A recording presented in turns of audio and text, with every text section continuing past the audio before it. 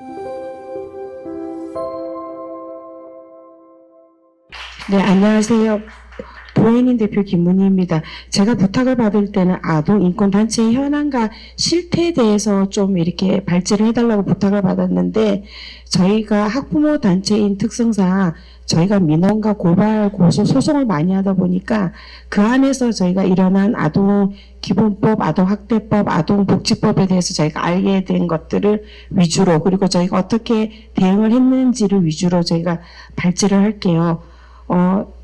65페이지는 목차고요. 그 뒤로는 이 목차와 관계된 서술 내용들입니다. 일단은 아동기본법에 관한 우리가 활동을 하게 된 계기가, 저희가 알다시피 그 코로나 백신 패스 때 그걸 막기 위해서 급하게 결성된 학부모 단체다 보니까 저희가 이제 민원, 고소고발을 어마어마하게 많이 했어요. 그리고 어르신들 백신 패스 때도 그거를 막기 위해서 전국 지자체 231개 지자체 중에 거짓말 안 하고 제가 한 100군데 이상 고발을 할 정도로 시민단체 짧은 기간 동안 고소고발만 한 300건을 해봤나 봐요. 진짜 경찰서를 내 집처럼 살았습니다. 근데 이 많은 이제 일을 하면서 저희가 그 백신 미접종이 아동학대로 분류가 돼서 조사를 한다는 얘기를 가끔 언론에서 보고, 실제 그런 피해 부모가 저희한테 제보가 와서 저희가 2021년부터 한 번씩 간간히 민원을 했는데, 22년도에도 천안에서 그런 사태가 벌어졌고 뉴스가 있어서 저희가 민원을 하다 보니까 이들이 그 아동복지법에서 나오는 또 시행령에 따른 그 밑에 보면은 또 이제 그 정책이 또 나와요. 갈라지는. 거기 보면 아까 전에 우리 이봉환 이제 대표님 말씀하신 이 행복 지원 사업에서 보면은 학대 아동 발굴 이제 그 발굴 조항들이 있어요. 거기에 이제 백신 접종과 미접종의 접종 유무로 나뉘는데, 실제 그 복지법을 보면은 적절한 의료적 조치라고 되어 있지 백신 미접종이나 접종이 아동학대로 분류가 안 되어 있거든요. 그래서 저희가 이게 법이란 게 하나 나오면 이렇게까지 파생이 되는구나, 참 사악하다라는 걸 알게 됐어요. 그런데 우리 입장에서는 100% 안전하지 않는 백신을 왜 강제를 하며 이거를 아동학대로 몰고 갈까? 부작용이나 사망이 났을 때 정부가 책임을 지지 않아요. 책임을 지지 않는데 왜 강제를 할까? 우리나라에서는 백신이 의무가 아니에요. 이게 문재인 정부 때 필수로 바뀌었는데 그 전까지는 공고사항이었거든요. 근데 이게 우리가 의무가 아닌 거는 그 부작용에 대해서 정부도 100% 확신을 못하기 때문에 부모에게 선택권으로 남겨준 거예요. 그러면 부모의 선택권인데 내가 당근을 먹일지 오이를 먹일지 부모가 선택하는 건데 당근 안 먹였다고 학대를 하는 게 말이 됩니까? 저희 입장에서는 그래요. 근데 정부 입장에서는 그 사회복지에서 보면은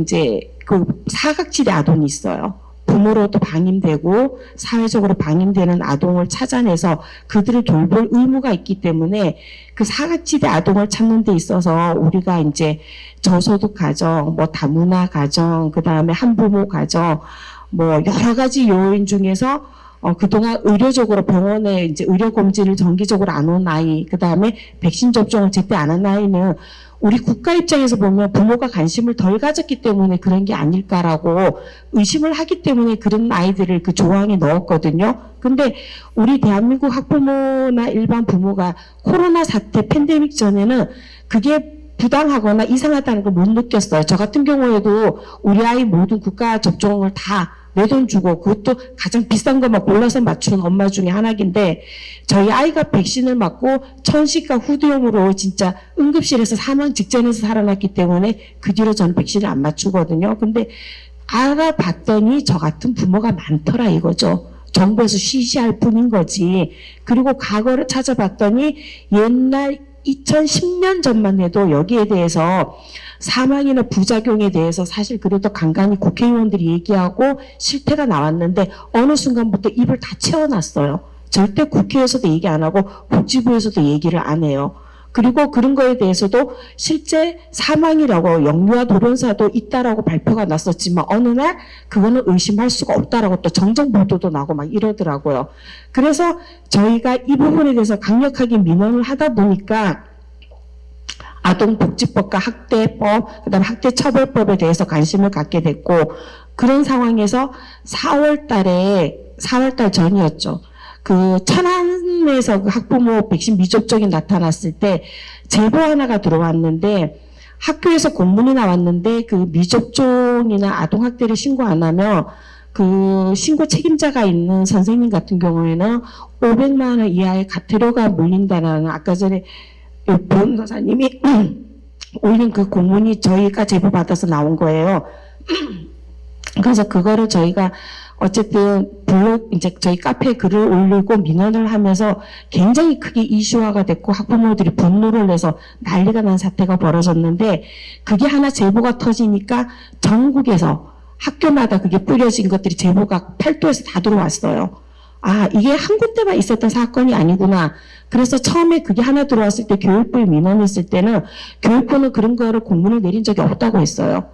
근데 나중에 하다 봤더니 교육부에서는 매년 가이드라인 정책을 책자로 하나 내린대요. 근데 그걸 학교장이 뭘 시행할지는 교장이 거기에서 색출을 해갖고 거기서 어떤 거는 시행하고 안 하고를 정한다는 거예요. 근데 그 가이드라인 책자에는 그게 들어있었던 거예요. 근데 이 사건이 있으면서 저희가 학대가 봤다시피 정서나 방임유기에 종교적인 문제 여러 가지가 말도 안 되는 것들이 들어가서 저희가 그거를 이슈화를 시키다 보니까 또 하나 알게 된 게 문재인 정부 때 이게 아동 학대 아이들을 더 자세히 세심하게 면밀하게 조사하겠다 그래서 그 아보존을 2배로 늘리고 그다음에 학대 아동을 발굴 조사를 적극적으로 하라고 하면서 뭘 했냐면 학교에서 정서 검사를 시작을 했어요.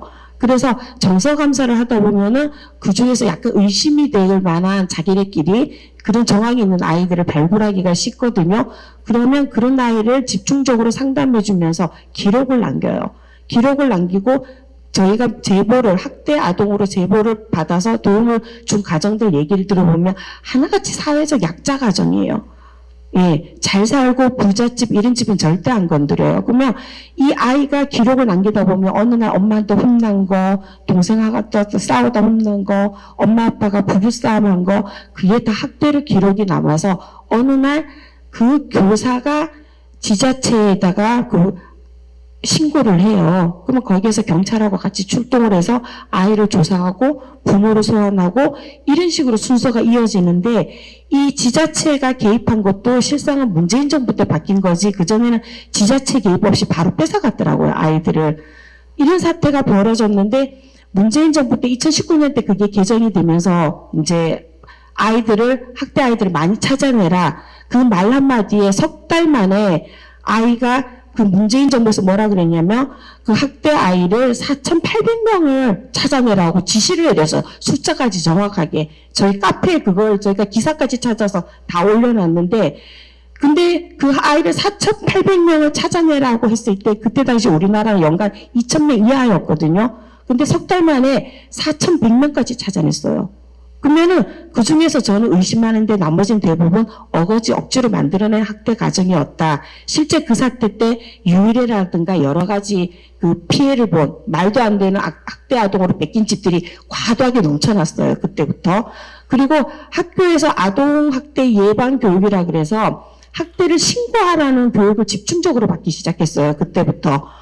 그래서 아이들이 무분별하게 이제 신고하는 문화를 만들어냈죠. 근데 여기에 대해서 저희가 정부에 민원을 할 때 아이들한테 이런 걸 가르치면 교사도 피해보고 학부모도 피해보는데 이런 교육을 시키지 말고 그리고 우리가 의논하기가 쉽지 않은 묘한 부분에 있는 애매한 부분을 좀 정확하게 명시해서 학대가 안 되게끔 제대로 법률을 다시 개정하라고 계속 민원을 하는 상태였어요. 그런 상황에서 4월 달에 한덕수 총리가 백신 미접종 아동 11,000명의 명단을 무단으로 개인정보를 도용해갖고 전국에 학대 아동으로 수사를 내리면서 그거를 조사가 아니라 수사 지시를 내렸어요. 그래서 그 가정에 방문 조사를 하는데 부모가 불응을 하면은 경찰에다가 수사 의뢰를 해서 경찰을 대동하고 그 집으로 가라고까지 내렸는데 이게 저희가 민원을 하는 도중에 어느 이제 충남에 있는 모 주민센터에 주무관이 실수로 그렇게 공문이 내려왔다고 실토를 한 게 제가 녹취를 갖고 있어요. 그래서 그걸 가지고 저희가 이제 집중 민원을 했는데 이 상황에 저희가 대응하기 위해서 잠시 고민을 했는데 저희가 주특기가 일단 두드리고 보자니까 공소부터 하고 보자 일단. 그래서 미접종 아동으로 조사를 받은 학부모가 처음에 한 30명 이상이 참여를 했어요. 참여를 했는데 이분들이 이제 실제 부모가 고소인이 아니라 고소인은 아동이 돼요. 36개월 이하 아동이 되고 부모는 법적 대리인이 돼요. 그렇게 되면은 가족관계 증명서라든가 이걸 다 제출을 해야 돼요. 근데 거기에 부담을 느낀 부모들 때문에 내 가정과 제가 이제 고소인이 되어서 이제 복지부를 고소를 하는데 그때 한덕수 총리가 그 기자회견에서 그 발표를 하면서 뭐라 그랬냐면은 국가가 아동에 대해서 책임을 지겠다. 국가 책임제를 시행하고 아동 기본법을 시행하겠다라고 발언을 하는 거 보고 무단으로 개인정보를 도용하고 아무거나 아동 학대를 규정 짓는 게 이게 국가 책임제였구나. 저희가 거기에 대해서 너무 놀라갖고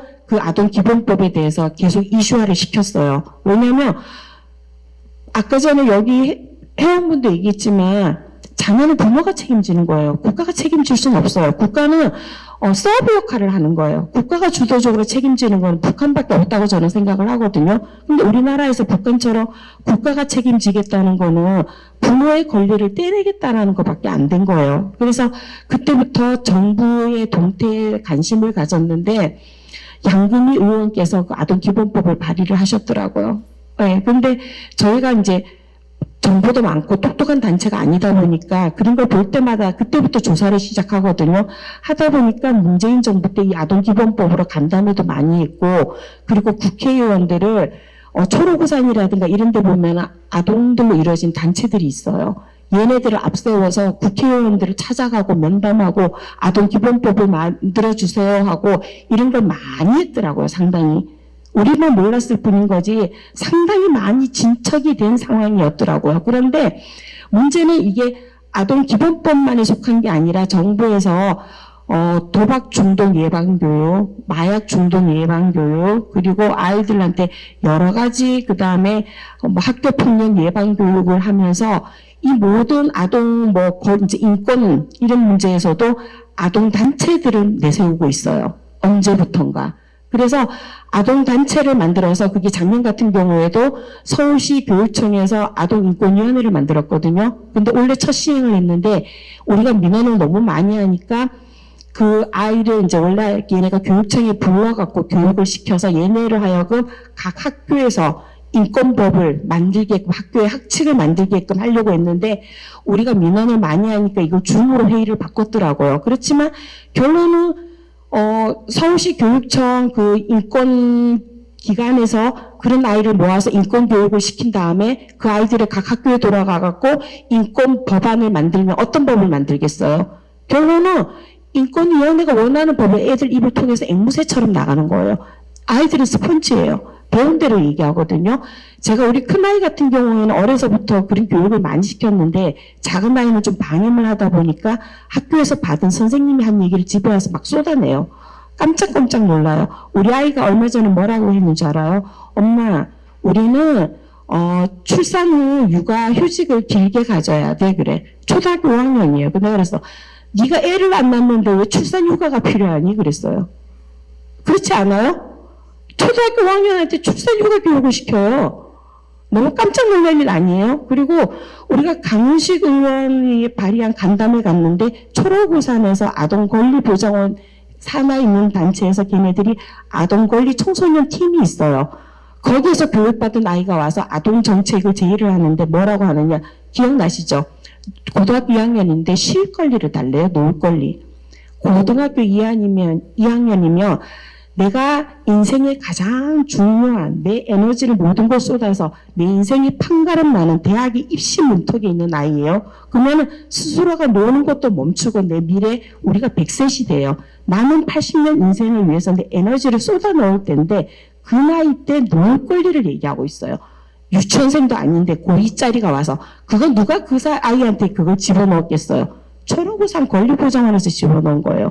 그리고 마약 예방 중독 교육 이태규 의원실에서 제가 우리 딸을 이제 강남 그 학교 폭력 예방 그 청소년 팀에 일부러 넣어봤어요. 그래갖고 이제 우연히 이태기 의원실에서 하는 걸 가봤더니 거기에서도 또 청소년 하나가 우리 그 보건협회 뭐 무슨 교사협회 대표회장님께서 우리가 흔히 말해서 이제 우리가 그 간호협회가 그 민노총이 뒤에 있다고 얘기하잖아요. 그죠? 다 그 카르텔에서 교육받은 아이가 와서 그 정책을 얘기하는데 마약 중독 예방 교육을 어떻게 해달라는 줄 아세요? 걔가 즐겁게 해달래요.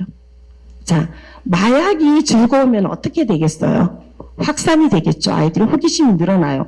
근데 마약 중독 예방 교육을 즐겁게 시켜달래요. 근데 그런 아이들이 내는 정책을, 미성숙한 질풍노도의 아이들이 내는 정책을 국가에서 계속 시행하려고 하고 있어요. 목적이 뚜렷해요. 목적이. 아동단체들의 자체는 국가 법치가 파괴될수록, 가정이 해체될수록 이들의 이권과 일자리는 늘어나요. 할 일이 많아지니까 국가에서 세금을 많이 받아낼 수 있어요.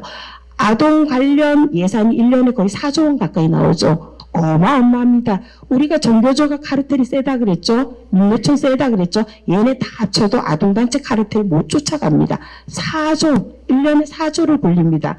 자, 근데 제가 또 거기서 한 발 더 나가서 생각하다 보니까 얘네들이 왜 자꾸 이 짓을 할까?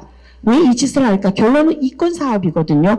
진짜 아이들 위한 복지도 아니에요. 왜냐하면 약자 아이를 자꾸 노리는데 복지면 없는 것도 걔네를 위해 줘야 되는데 왜 아이들을 자꾸 못 살게 굴까? 그리고 왜 자꾸 가정을 해체시키고 학교를 해체시키려고 할까? 이게 결론은 각자의 이권 사업인데 프랑스에서 아동기본법이 시행이 되고 있어요. 거기에서는 19세 아이까지 국가가 책임지겠다 그래갖고 기본 아동에 대한 수당을 줘요.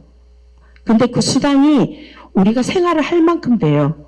거의 제가 알기로는 뭐 한 150 이상 180 가까이 주는 걸로 알고 있어요. 두 아이면은 360이고 셋째부터는 이게 가중치가 들어가서 어마어마한 돈을 준대요. 그래서 부모가 아이만 키워도 일을 안 해도 돼요. 어떻게 이런 현상이 벌어질까요? 예, 실업과 연결이 돼요. 앞으로 4차 산업시대에는 젊은 고학력, 젊은 인력들이 너무 많이 넘쳐나요. 그럼 그들을 먹여 살려야 되는데 민주당 이재명 대표가 한 말이 있어요. 기본소득을 주겠다. 왜 주겠어요? 일 안 하고 놀 애들이 많아지거든요. 청년들이. 걔네들이 수입도 없는데 놀면은 폭동이 일어나요. 그죠? 그래서 가문기처럼 즐겁게 욜로 하고 살면서 너 일하지 마. 그냥 굶어 죽지 않게 해줄게. 그거를 누구한테 시키냐. 지금 젊은 부모한테도 계속 시키고 있습니다. 이유는 출산이 줄었기 때문에 출산 정책이라고 하면서. 그러나 우리가 지난 20년간을 보면 출산 정책을 우리가 하나씩 정책을 만들 때마다 출산율이 는 적이 있나요? 단 한 번도? 한 번도 는 적이 없어요. 교육부에서 교육정책을 할 때마다 교육이 향상 됐나요? 아니에요. 교육정책을 할 때마다 교육 질은 떨어지고 그 다음에 출산정책을 할 때마다 출산율은 떨어져요. 자, 그 정도면 고의적이지 않나요? 저는 그렇게 생각합니다. 너무너무 고의적입니다. 그런데 우리나라의 이 카르텔 아동단체가 44개 단체가 있어요. 44개 단체가 있는데 이들이 기본적으로 이 아동단체들이 후원금 모집을 하고 있어요. 제가 봤는데 이들이 힘을 좀 빼야 돼요. 왜? 지들이 이권을 위해서 계속 나쁜 법을 밀어넣는 게 지금 아동단체들이거든요. 복지부 산하 밑에서 아동권리보장원과 협약을 해서 이들이 계속 나쁜 법을 밀어넣고 있는데 왜? 법이 하나 나오고 정책이 나올 때마다 일자리가 늘고 예산이 늘어요. 그래서 이들은 계속 만들어내는데 우리나라에는 사회공동기금하고 기부금품 모집 및 후원에 관한 법률이 두 가지가 있어요. 흔히 말해서 사랑의 열매나 이거는 사회 복지 공동기금에 속하기 때문에 얘는 아무 데서나 후원금을 모집해도 돼요. 그런데 우리가 말하는 아동단체들 굿네이버스, 유니세프, 세이브 칠드런 얘네들이 민간단체이기 때문에 공기관 그다음에 학교에서 기부금품을 모집하면 불법이었어요. 놀랄 일이죠. 그죠? 그래서 이들의 힘을 좀 빼줄 필요가 있다 싶어서 저희가 감사 청구인을 모집해서 감사 청구에 들어갔는데 문제는 이 44개 단체 중에서 연간 300억 이상의 기부금을 모으는 메이저 단체가 10개가 넘어요. 그리고 1,000억 이상 모집하는 단체도 꽤 많아요. 근데 얘네들은 기부금품은 약가고 국가에서 또 세금 지원을 어마어마하게 받아요. 그런데 뭐 유니세프 같은 경우에는 기부금 받은 거에서 자기네 기본 50%, 많을 때는 80%까지 유엔으로 보낸다고 하더라고요. 근데 유엔이 전 세계 퀴어, 그다음에 젠더, 그다음에 기후위기 이런 데다가 자금 쏟는 거 아시죠? 근데 전 세계 아동단체들이 후원금 모집한 게 글로 가고 있어요. 그리고 우리나라 메이저급 아동단체들이 또 뭘 하고 있냐면 대북 사업을 하고 있어요. 놀랄 일이죠. 놀랄 일이에요. 뭐 초록우산 같은 경우에는 자기네 자본에서 거의 50%를 대북 사업을 하고 있어요. 월드비전 같은 경우에도. 예, 이게 좀 문제가 있어요. 문제가 있는데 저는 어디서부터 어디까지가 문제인지를 모르겠어요. 제가 무식해갖고. 이건 경력이 많고 지식이 많은 분들이 좀 파고들어야 될 것 같은데 저희가 할 수 있는 거는 무조건 시끄럽게 깡통처럼 두드리고 소송하고 난리를 펴서 대중한테 많이 알리는 방법밖에 없어요. 저희는 해결 능력이 없어요. 저는 그냥 작은 학부모 단체일 뿐이기 때문에 그냥 흔히 말해서 그냥 미친 여자처럼 춤춰갖고는 사람들 날 좀 봐주세요. 이런 일이 있어요. 불났어요 하는 것밖에 없거든요. 그래서 제가 뭐 여러 단톡방이든 여기저기든 좀 모나게 굴고 시끄럽게 구는 것도 많지만 많이 좀 이해해 주시길 바랍니다. 제가 악의는 없어요. 근데 또 하나 그들이 자금을 끊어내기 위해서 저희가 그 감사원에다가 이제 공익감사 청구로 698명을 모집해 갖고 넣었는데 다음날 그 감사 연구원이 저를 면담을 좀 하자 그래서 갔어요. 그래서 4시간을 면담을 했는데 결론은 이게 단체들이 얼마나 어마어마한 거대한 힘을 가진 단체인지 다들 무서워해요. 저희가 그전부터 민원을 해보면 복지부, 여가부, 행안부, 교육부 거의 7, 8개 부처가 여기 관여하고 있고요.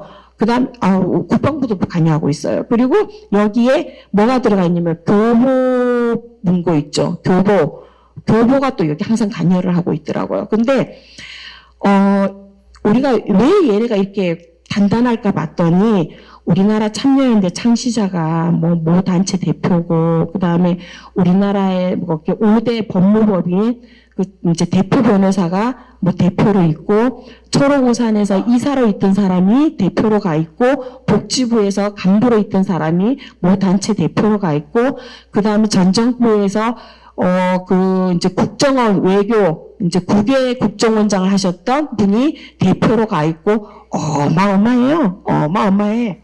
우리 같은 사람들은 진짜 하늘로 쳐다볼래도 쳐다볼 수도 없는 모든 전 정권들의 진짜 강력한 실세들이 이 단체들에 다 들어가 있는 거예요. 왜냐하면 정부에서 주요 요직에 있던 분들은 각 사회단체나 대기업에 이사나 사회이사로 들어가면서 일자리를 주잖아요. 국가에서. 비슷한 거예요, 이게.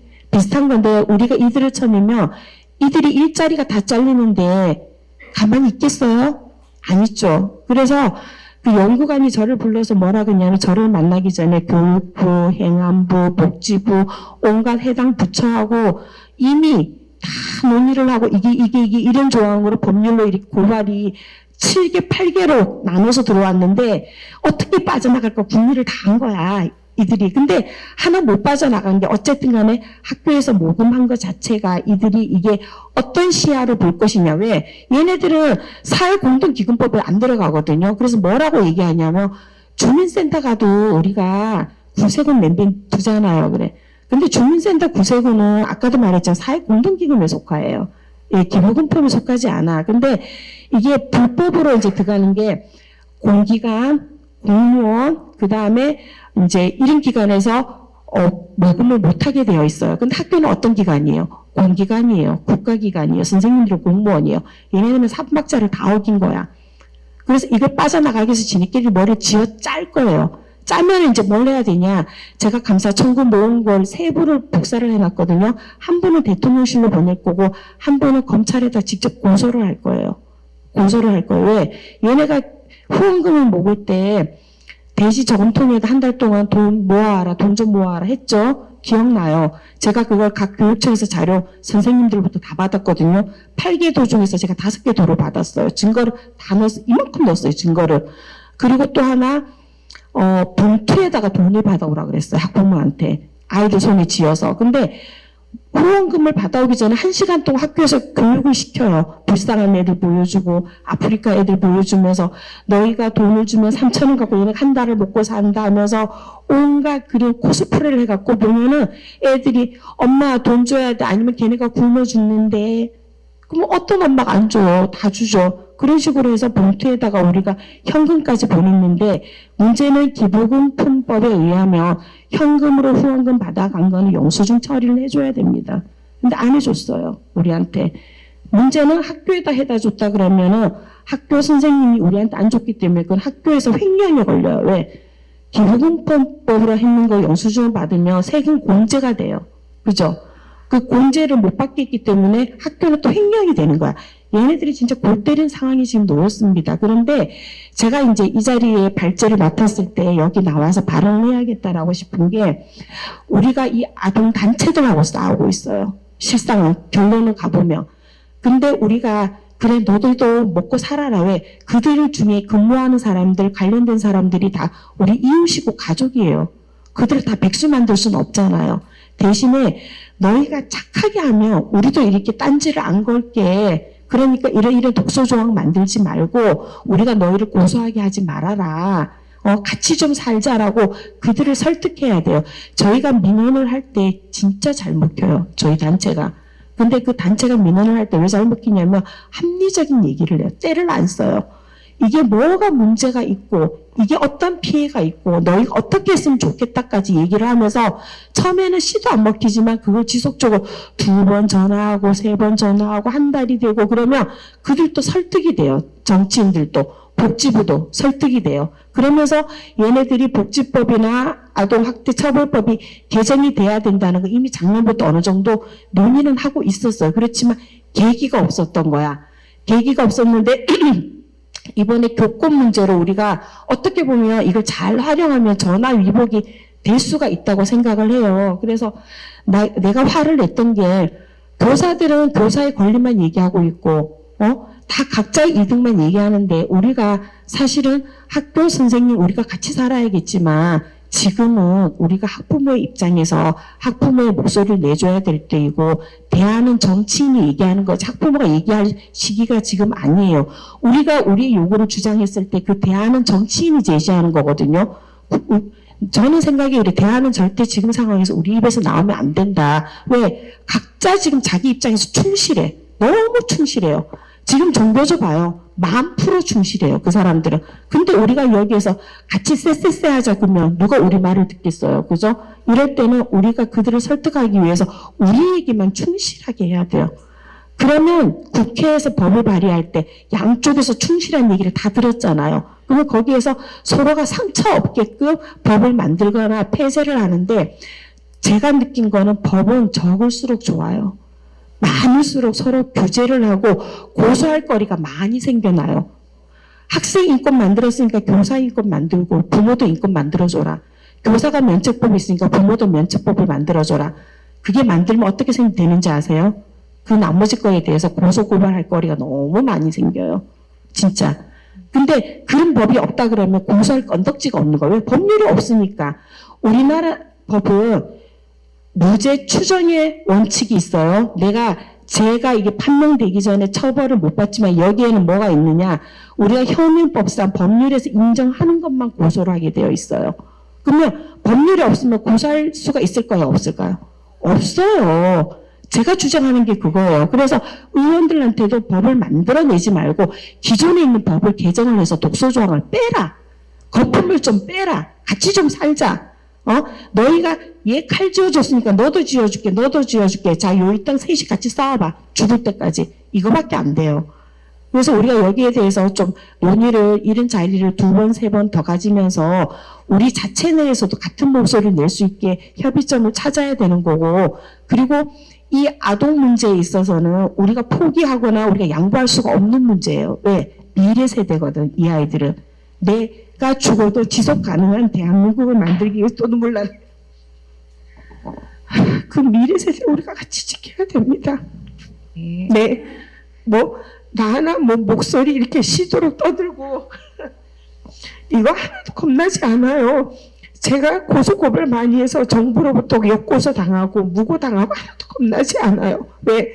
내 아이만 지킬 수 있다면, 우리 사회만 지킬 수 있다면 뭐가 겁나겠습니까? 그죠? 내가 지키러 나왔지 놀러 나온 거 아닙니다. 좀 안 좋은 일이 생길 때 사람들이 걱정해요. 내가 진짜 꽃놀이를 하려고 했으면 집에서 학부모들하고 브런치 모임을 했을 거라고요. 나 꽃놀이 하러 나온 거 아닙니다. 전쟁하러 나왔습니다. 그죠? 우리 다 전쟁하러 나왔잖아요. 적을 제대로 알고 싸우고 어떻게 두드려야 될지를 우리가 잘 알아야 되고, 그리고 개인정보보호법에 대해서 저희가 거기 헌법소원을 넣고 왔어요. 저희가 한 가지만 하는 게 아니라 굉장히 다양하게 하는데 그게 사회가 한 곳만 썩어 있는 게 아니에요. 여러 가지가 썩어서 여러 가지 법률이 다 뒤틀려서 결론은 시너지가 이렇게 나고 있는 거거든요. 그래서 각자 다른 목소리를 낼 때도 서로가 같이 힘을 내라고 격려해 주시고, 그리고 서로가 다른 얘기를 할 때 조금 더 귀담아도 들어주시고, 그리고 또 우리가 너무 소수지만은 저희가 해보니까 우리가 일반인으로서 그리고 학부모로서 얘기할 때 정치권이 가장 귀담아들어요. 왜? 우리가 이제 시장 경제가 공급자가 있고 수요자가 있어요. 그러면 공급자가 갑일까요? 수요자가 갑일까요? 그렇죠. 돈 주는 자가 갑이에요. 국민은 세금을 내는 자입니다. 자, 그럼 정치인이 갑일까요? 우리가 갑일까요? 네. 법을 만드는 자가 갑일까요? 그 법을 사용하는 우리가 갑일까요? 우리가 갑인 걸 잊지 마셔야 됩니다. 그들은 민감해요. 내가 뭐 때문에 불편하고 너희가 하는 이것 때문에 불편하고 정확하게 얘기를 해주면 그냥 때를 쓰면 절대 안 됩니다. 저희가 그 마스크가 의무일 때 방역 지침 때문에 이제 그 어떤 분께서 민원을 이제 반대 방향으로 하신 거예요. 왜냐하면 소견서, 진단서가 있으면 마스크를 벗을 수가 있는데 거기에 대해서 명확하게 명시가 안 되어 있다고 교육부한테 이제 빗장을 내민 거예요. 너희 명시해라. 없지 않느냐. 우리 그냥 먹겠다. 이런 거예요. 그래서 때를 쓰는 듯한 민원을 했더니 교육부가 어떻게 이제 그 방역 지침을 바꿔내렸냐. 그 진단서하고 소견서가 있어야 벗는다고 내렸어요. 그래서 제가 놀래갖고 바로 다시 민원을 해서 그들을 이틀을 설득했어요. 이틀을. 그래서 방역 지침을 제가 바꾸게 만들었습니다. 진단서, 소견서 없이도 벗을 수 있게. 근데 정부를 설득하는 게 어렵다라고 생각하지 마십시오. 진짜 생각보다 어떻게 보면 그렇게 어렵지도 않습니다. 그리고 우리가 교권 이제 강화로 학부모 고소 고발하고 그 다음에 교사들이 아동학대 면책에 대해서 너무 뻔뻔하게 얘기했던 정치인들이 거기에 대해서 어떤 불이익이나 그 다음에 어떤 독소 조항이 생길지를 저희가 지속적으로 설득했더니 이제 거의 다 공감을 하시게 됐고 거기에 대해서 법안이 그렇게 강력하게 나오질 않고 교육부 고시나 아니면 초중등 교육법 개정하고 그 다음에 아동복지법하고 아동학대 처벌법 전체적인 개정으로 바로 잡겠다고 답도 어저께 교육위원장이신 민주당의 모 의원이 계세요. 그분 의원실에서도 답을 들었습니다. 다 여러분 덕입니다. 감사합니다.